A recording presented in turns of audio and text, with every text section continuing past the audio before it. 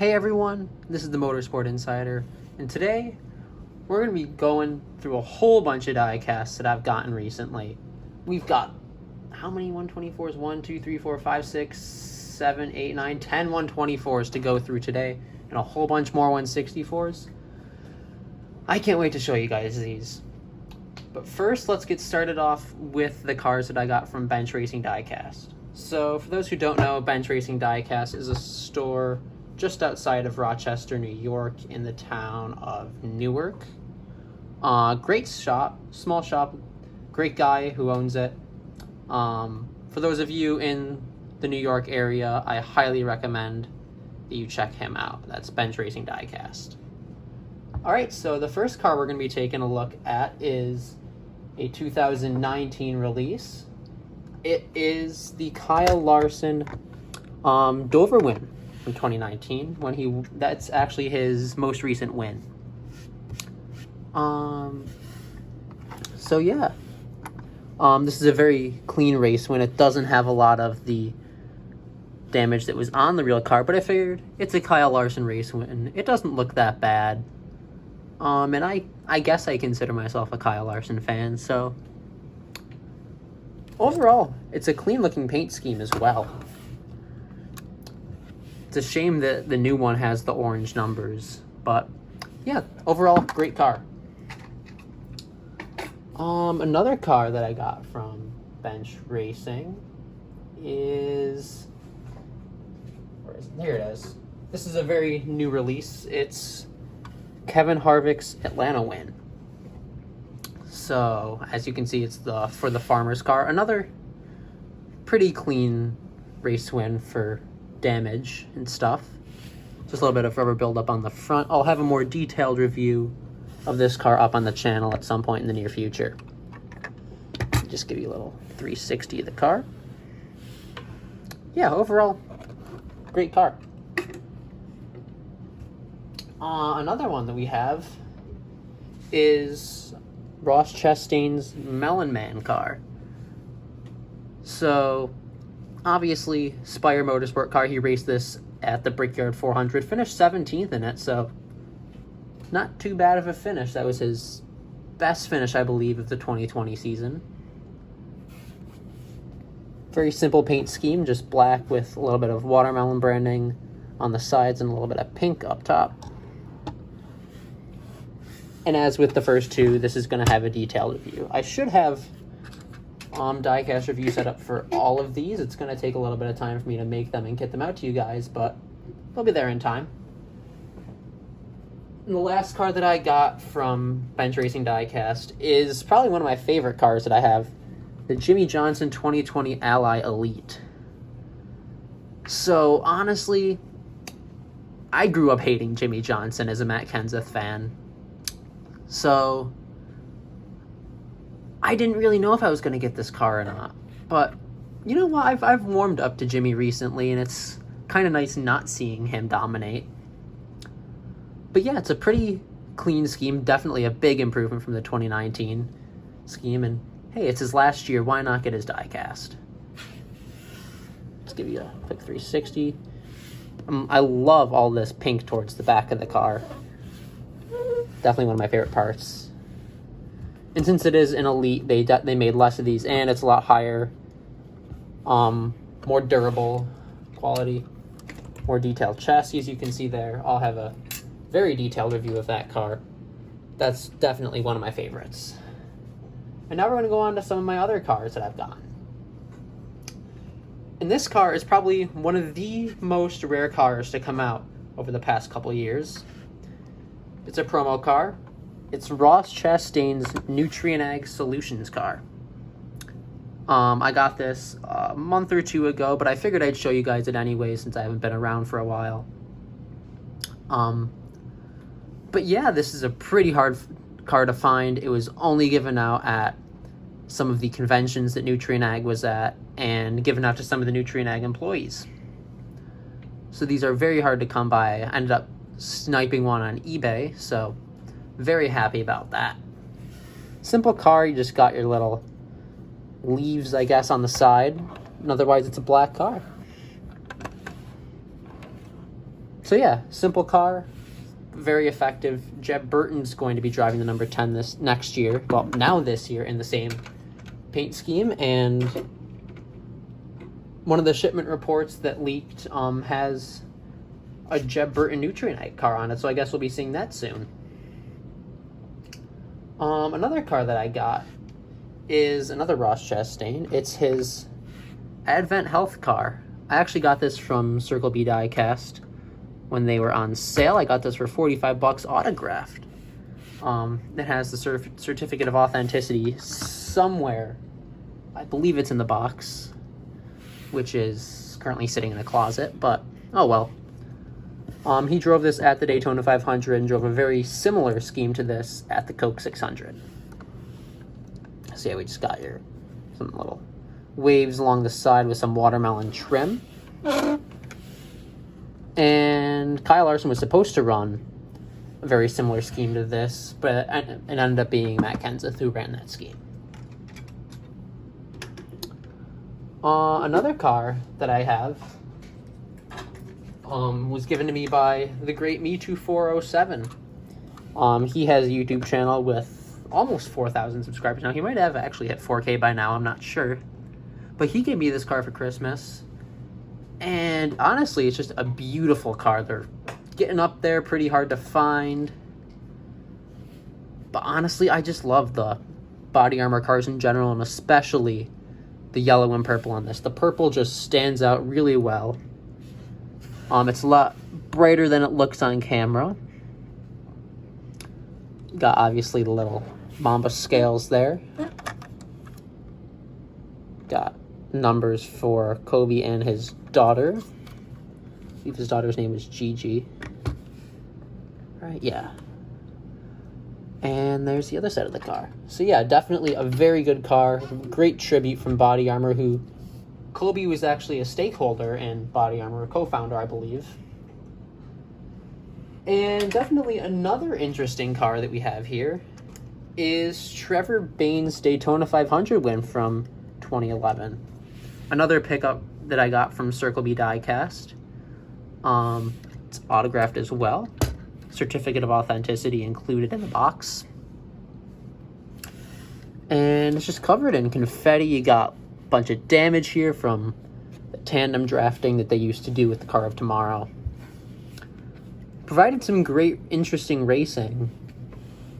But I don't have a problem with the plate racing that NASCAR has produced recently. And we'll get into a little bit more into that in a little bit. But yeah, just very solid race win. Very happy to get it. Our second last car that we have here is a 2019. It's Matt DiBenedetto's 95 Procore car. I was able to get one of these online all before they were all sold out, and it's honestly a great car. Not sure that I like the yellow numbers, but I've seen people edit it so it has the white numbers, and the original release had the white numbers, and honestly it just doesn't look complete like that. So I guess it's just a classic Levine family racing look. And it's a Matt DiBenedetto car. You can't go wrong with it. Obviously got an autograph there. Also came with a certificate of authenticity. And our last car. This car actually was released by Lionel yesterday, which is Wednesday the 27th. Should be uploading this probably Friday on the 29th. So yeah, this came out on Wednesday. Great car. Can't say enough good things about it. It's Ryan Blaney's Talladega win from June of 2020. Clean race win, but simple yet beautiful. We got a very shiny black. It's not quite a black. It doesn't come across quite on camera, but it has a little bit of a metallic sparkle to it. You can kind of see a little bit more towards the bottom of the car. Got lots of dirt and rubber buildup on the front. Pretty clean on the left side. And you can see a little bit more of that shine through there. On the back. And we got a little bit of damage here on the right side from when he was beating and banging into the line. Basically spun Eric Jones in order to win the race. Great race to watch. All right. So after taking a look at the 124s, let's take a look at the 164s. All right, so let's get on to the new 164s. So I've got a whole bunch of these that we got to take a look at today. And let's start off with some of the NASCAR Authentics that I currently have in the box. So today I was able to pick up a whole bunch of Wave 8, and that includes this Austin Dillon car. We're going to start off with this. I believe that this was canceled in the regular release. So this is a NASCAR Authentics exclusive. It's the scheme that he ran at Texas for his race win there. But that's the clean version.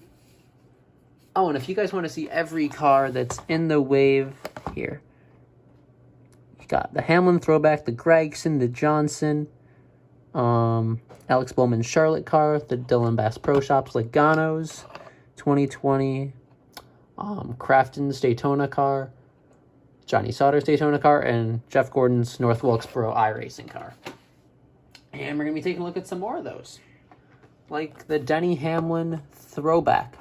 So this car, it's a little bit of a lighter purple than we see normally on the FedEx cars, since they were trying to, throw back to what they look like, what they used to look like under the Federal Express name.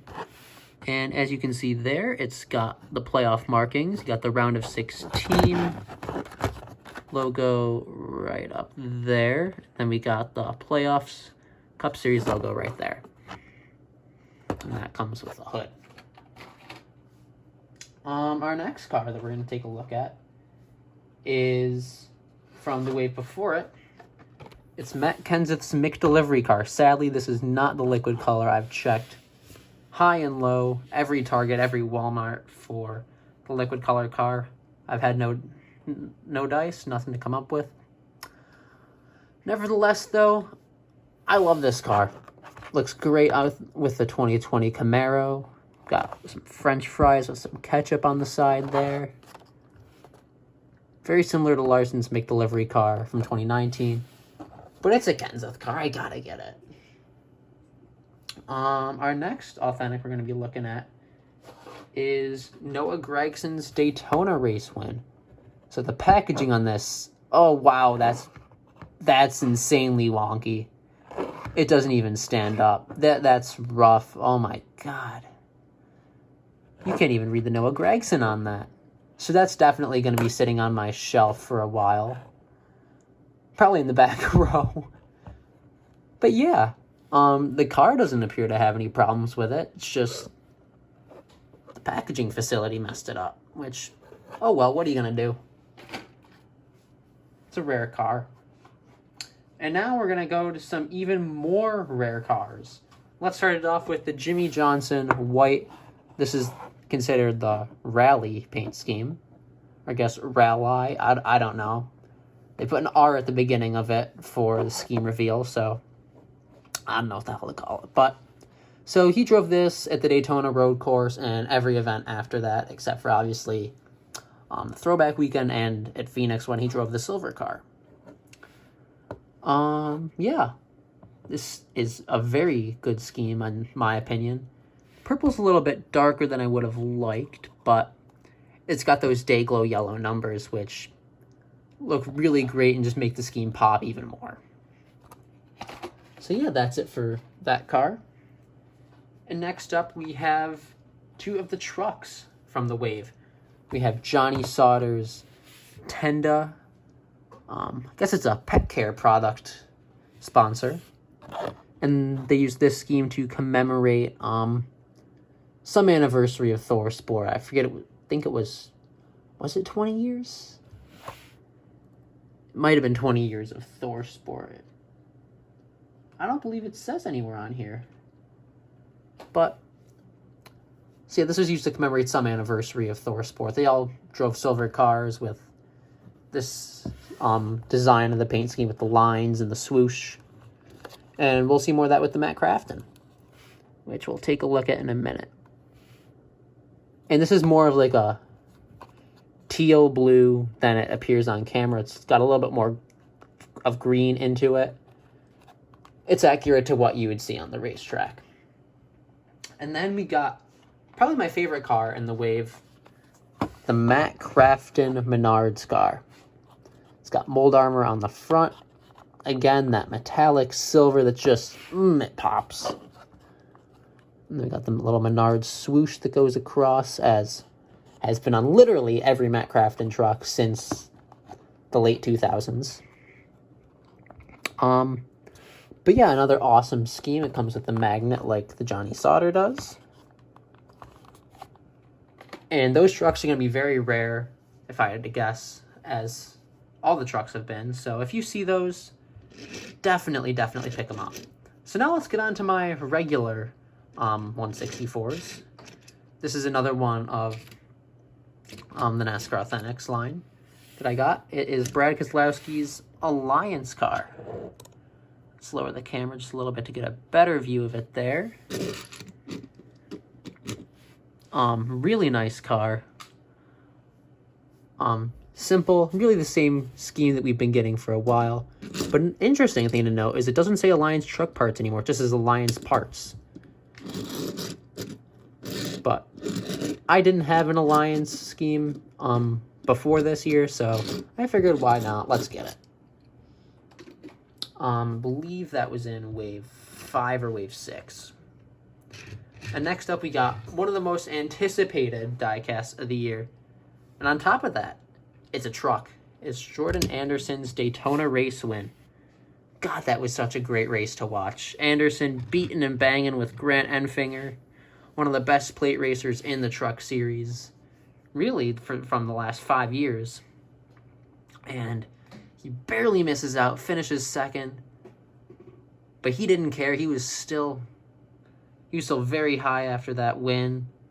Very happy just to finish second at Daytona. But yeah, we've got obviously the donuts on the side from where he was hitting Grant Enfinger, or more, Grant Enfinger was hitting him. Got a little bit of exhaust, a little bit of burn, I guess, from the exhaust. I don't know what else to call that. But yeah, it's definitely a great car. It's got a nice matte finish to it. Definitely recommend picking it up if you see it, because that's going to go quick. And this is a little bit of an older release, but I find it cool. It's the Kevin Harvick Gen X car. This green on it really pops. And it's just got that classic vibe to it. I don't know how else to explain it. It's just everything that you see from people, like when they're like, oh, the 80s aesthetic. It's all in this car. You got your checkerboard on the roof. You got your little retro, I think it's called retro wave. I don't know what the hell it's called. It's got this little background on the car with the mountains and the grid. And then you got your little neon swoosh there, your boom box. You got gnarly, just, this is the 80s. It's got the sunset, fresh. What does it say on there? Brewskis. This is a Gen X car. Love that car. I'll definitely be taking a closer look at that in the future. And then we got a COT. At first, watching as a kid, I hated the Car of Tomorrow. I was like, oh, they all look the same. It looks like a box. But looking back on it, we had some pretty darn good schemes. We got the Car Quest car. What else did we have? We had some good Jeff Gordon cars, good Dale Jr. cars. Kenseth cars were good. We got those classic 14 Tony Stewart cars. Really just a lot of notable paint schemes that I think we're going to be seeing a lot of throwbacks to in the future. But Mark Martin's car, Car Quest car, raced in 2010. This one was made by Lionel, just the regular action release. It's definitely an underrated scheme. Everyone goes nuts for the Kellogg's car, but I think the Car Quest car almost pops more with that Dayglow yellow number It's got the red, white, and blue. Always good to see a red, white, and blue car out on the track. And honestly, the wing doesn't look half bad with this scheme. It fits the scheme fits the car, and the car fits the scheme very well. Next, we're going to go on to a NASCAR Authentics exclusive from 2020. It's Ryan Newman's Cook car. He drove this in the Clash and in the Daytona 500, where he had that scary wreck after he flipped upside down and got hit by Corey LaJoie. Just completely a freak accident. Luckily, he managed to survive and return to the racetrack when they returned from their pandemic break. But yeah, very simple scheme. You got your white in the front, you got your black in the middle, and your blue in the back. So yeah, just a very simple car. And then we got another Ryan Newman car. It's his Castrol car. Honestly, this scheme gets a lot of hype from the community, and it's very rightfully deserved. It's not coming across that well on camera. I try to increase the brightness, but really, the camera can't do it justice. I mean, there you get it a little bit better. It's just such a beautiful car. Absolutely stunning. I might just put the camera here for now. You know what? That's not half bad. I'm going to leave it there. I can just get rid of that. But yeah, it's a very, very bright green in person. The camera just doesn't do it justice. All right, let's move on to the next car. It's another 2020 Ford Mustang. I've dropped something. Oh well. From the NASCAR Authentics line, it's Ryan Blaney's Dex imaging car from Wave 7. I'm not sure if... I believe this was released in the regular Gold Series release. But same paint scheme as we've seen for Blaney with the Dex imaging for the last 3 years. But just got that solid, classic scallop look. Oh, front's a little bit wonky. Oh, well. That's what you get for paying $5 for a NASCAR Authentic. And we got, you guessed it, another NASCAR Authentic release. I promise this is the last one for a little bit. Actually, this is the last one of the haul video. This is the last NASCAR Authentic we're going to be taking a look at. It's Ty Dillon's Geico car. Definitely an underrated paint scheme. Had to get this one. One of the last diecast is going to be released before Germain Racing, before they shut down, which they're not coming back in 2021. Their charter is going to Denny Hamlin and Michael Jordan's team that Bubba Wallace is going to be driving for, the 23XI Racing team. That's where their assets are going. But yeah, simple car. Fits well. And up next we have another Ty Dillon car. Geico really knocked it out of the park this year with their sponsorship. Got the Hump Day car, commemorating one of the best commercials in Geico history. I know a lot of people hate it, but it's just a classic Geico commercial. Got the camel just yelling Hump Day. It's like, Mike, guess what day it is? I'm going to stop there. I'm sorry. But yeah, this was ran at Darlington and I believe Charlotte as well. It's got these special tires on it. But yeah, simple car. Definitely something that I would recommend picking up. It's got little camel prints on it. And then looks like it says woot woot. A little checkerboard pattern with the camel and the woot woots. So the next car we're going to be taking a look at is Tony Stewart's 2007 Car of Tomorrow. This was produced in the Action Racing Platinum series, which is why it has this opening hood, as you can see there. It's got a little cutout there.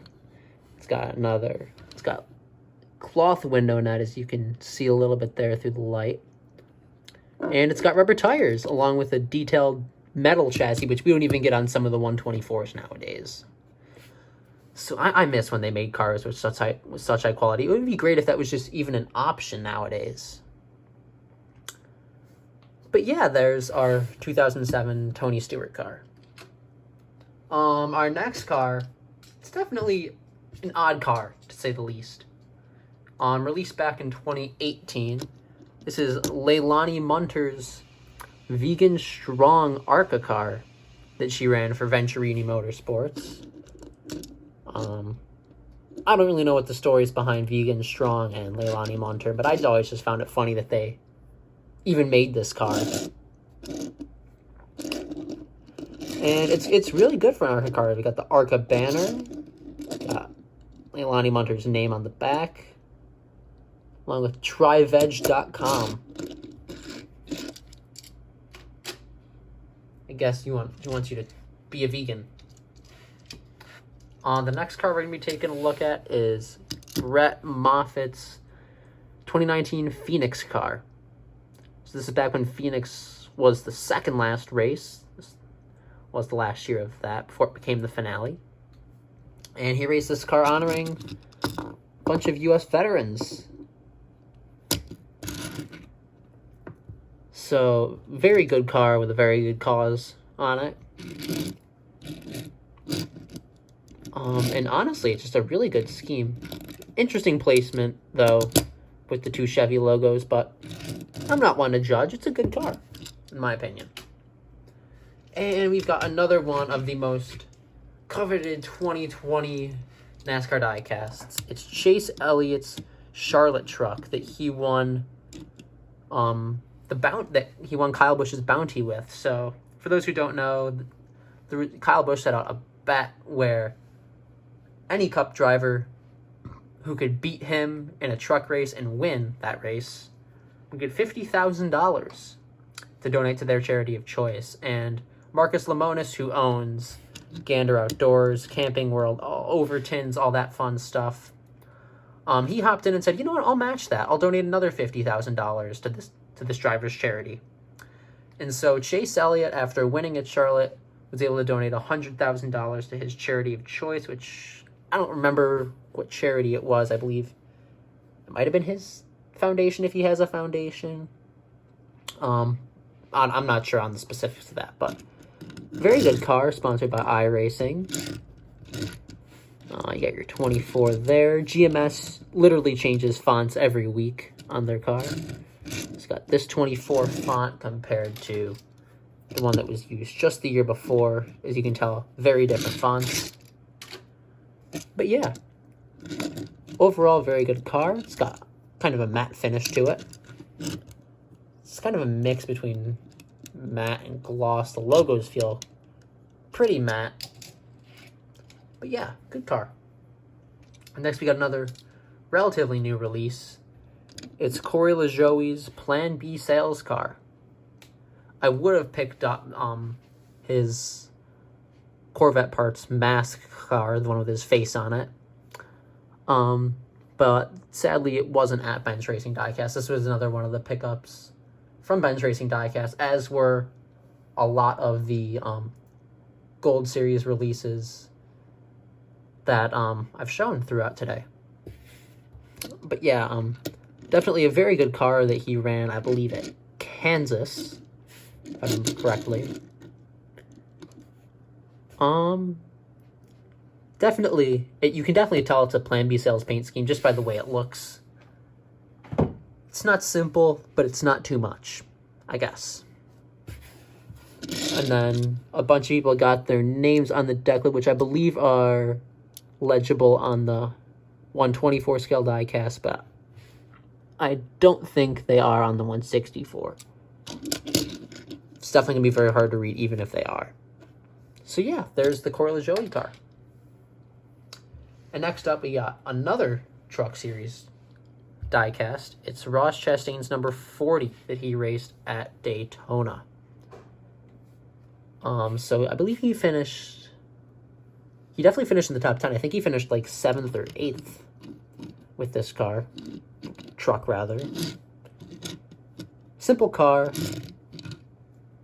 I know a lot of people didn't like the paint scheme just because it's too simple. Gray doesn't fit well, but I like it. It's got white, gray, got the little blue trim. It's definitely your typical classic Truck Series diecast, paint scheme-wise. And next up, we have another Nice Motorsports truck. Another Ross Chastain truck at that. It's his number 42 Watermelon 164. I also have this in the NASCAR Authentics, but it's sitting on my shelf somewhere, so I'm not going to go digging for it right now. But yeah, this is a very good car. It's got circle track on the front. All the watermelons, which are meant to look like they're in the trunk. Or not the trunk. What's it called? I can't think of the word right now. It's late. I'm half asleep, but we're going anyways. We got Eat Florida Watermelon on the car. We got watermelon seats. The car is literally, truck is literally a watermelon. It's literally a watermelon. And next up, we have another 42 diecast. It is Matt Kenseth's Credit One Bank car. This is the only, I believe it's the only 164 we're going to get from the regular Gold Series lineup. They basically just took Kyle Larson's paint scheme and swapped out a lot of the white for black. And they made it this glossy finish and said, nope, that's not Kyle Larson, that's Matt Kenseth now. So yeah, his performance in this car was certainly less than ideal and certainly something I hope people forget about, but nevertheless it happened. Just leave it at that. And we're back on the topic of Truck Series diecast with another Nice Motorsports truck. It's Ty Majeski's 2019 truck that he ran at Phoenix. So this was essentially his audition for the 45 truck in 2020, which he ended up losing that ride towards the end of the season. It's due to lack of sponsorship and lack of performance, I believe. Plus, they got Trevor Bayne back, so I'm sorry, but I'm taking Trevor Bayne over Ty Majeski in a truck race any day. Nothing against Ty Majeski, but it's Trevor Bayne. Gotta love the guy. But yeah, this was ran at Phoenix in 2019. You got all your banners back. Very happy that we got those back in 2020. And another 44 diecast. This one is from 2020. It's Natalie Decker. She ran this at a couple races in 2020. The main one being Daytona, where she got a top 5 finish. I think she finished 3rd, if my memory suits me right. But yeah. Wait, no, she finished 4th, because Cody Rohrbaugh was 5th in the 9 truck. That was a great finish at Daytona. I haven't really thought about that in a while. Hopefully I'll be able to revisit that as we get closer to the start of the 2021 season. But yeah, overall, great truck. Got the exhaust printed on this one, which is kind of cool. Yeah, good truck. And another Nice Motorsports truck. I promise this is the last Nice Motorsports truck that we'll be taking a look at today. It's Ty Majeski's 2020 number 45 truck. Overall, average paint scheme, average driver, average season. Just nothing really stellar about Nice Motorsports as a whole in 2020. I understand that they shifted from their GMS Alliance to doing everything in-house, but really just showed such a performance dip compared to Chastain's great 2019 season. But yeah, Ty Majeski car. Hoping to get the Trevor Bayne number 40. I'm not sure if they're producing his 40 or his 45 or even both, but I'll be sure to get at least one of those when the time comes for those to come out. And we go on to an Xfinity 164. Probably really one of the most odd cars that I never thought we would have gotten as a diecast. If you would have told me that we'd be getting this car as a diecast, I would have laughed at you. And regardless of your political opinion, you just have to appreciate that Lionel put this car out. We got our Back the Blue car from Mike Harmon Racing. That feels so weird to say. Kyle Weatherman gets a 164 diecast and a 124 diecast. Because apparently people want to back the blue and buy all their diecasts. I don't know. It seems like an accurate target audience for NASCAR, but who's to say that? And what's interesting about this is we have the 2018 Camaro decals on the 2019 Camaro. Got a nice bright fluorescent orange there. And on the back bumper, you may notice that these taillights are upside down. Those are upside down taillights. Here, I'll get another 164 to show that a little bit better.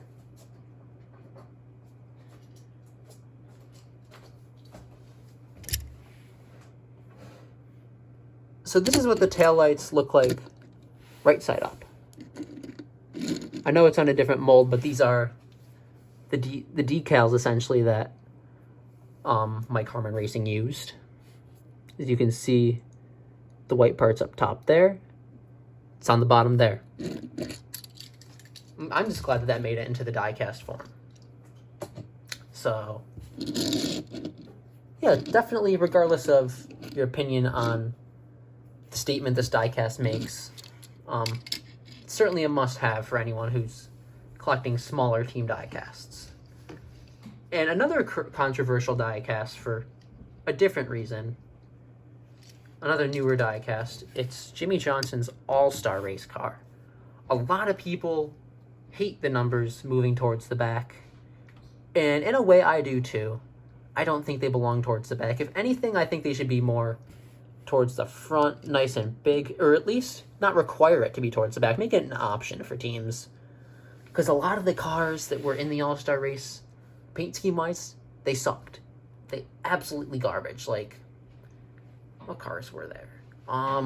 The Kyle Busch one wasn't that great. Really, the Gibbs cars as a whole were subpar. The only really notable good car that was in the field was Matt Kenseth's 42. But I believe we should be getting a diecast of that soon, at least in 124 scale. But yeah, this is Jimmy Johnson's All-Star race car. Certainly an interesting part of history. Got a mix of the old and the new with Johnson and this possibly permanent number placement, I guess, which I believe we'll most likely see when the next gen car comes out in 2022. Which is already next year. That feels so weird. Feels like just yesterday Kyle Busch won his first championship.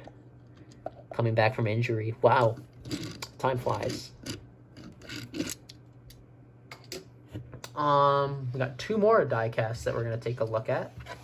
One of them is from 2017. It's another small team. It's Cody Ware's Clemson National Championships car. So they got their... This is for Clemson's 2016 National Championship. I forget where this car ran. I believe it was run at Pocono? I think it was run at Pocono. Don't quote me on that. It may have been the East Carolina car, the purple one that ran at Pocono, but either way, this ran somewhere. Got obviously all your Clemson branding all over the car, along with a bunch of tiny random sponsors that I'm not going to take time to name right now. And our last car that we're going to be looking at today, we've seen the 124 for this car already, but we're going to take a look at the 164 because why the hell not? It's Ross Chastain's number 77 Melon Man car. As we did with the 124, we have Melon Man Manny on the hood. Got the Melon Man brand logo there. Got your watermelon there. Melon Man brand. So yeah. Solid car. Definitely recommend picking it up because it's a Spire car. I don't know when the next time we're going to be getting a 77 diecast is. I know that Corley Joey's number 7, his Schluter Systems car with the flames on it, that's up for pre-order right now. I hope that gets made. That's going to be a really cool car if it does. But yeah, thank you all for joining me on this long adventure of cars that I've gotten in the past couple of weeks. This has definitely been one of my busiest diecast stints in a while. Probably going to have to take a little while off just to rebuild the wallet, per se. But yeah, I'll definitely be working on getting some of these diecast reviews out to you guys, along with a whole bunch of other NASCAR-related content, hoping to make some NASCAR predictions for the 2021 season. And hopefully I'll have some other content up. Not exactly sure what that is going to be, but I'll leave that up to you guys, actually. So whatever you guys want to see me do in the future, comment that down below. Comment what diecast you want me to review. Comment any other stuff that you want me to do.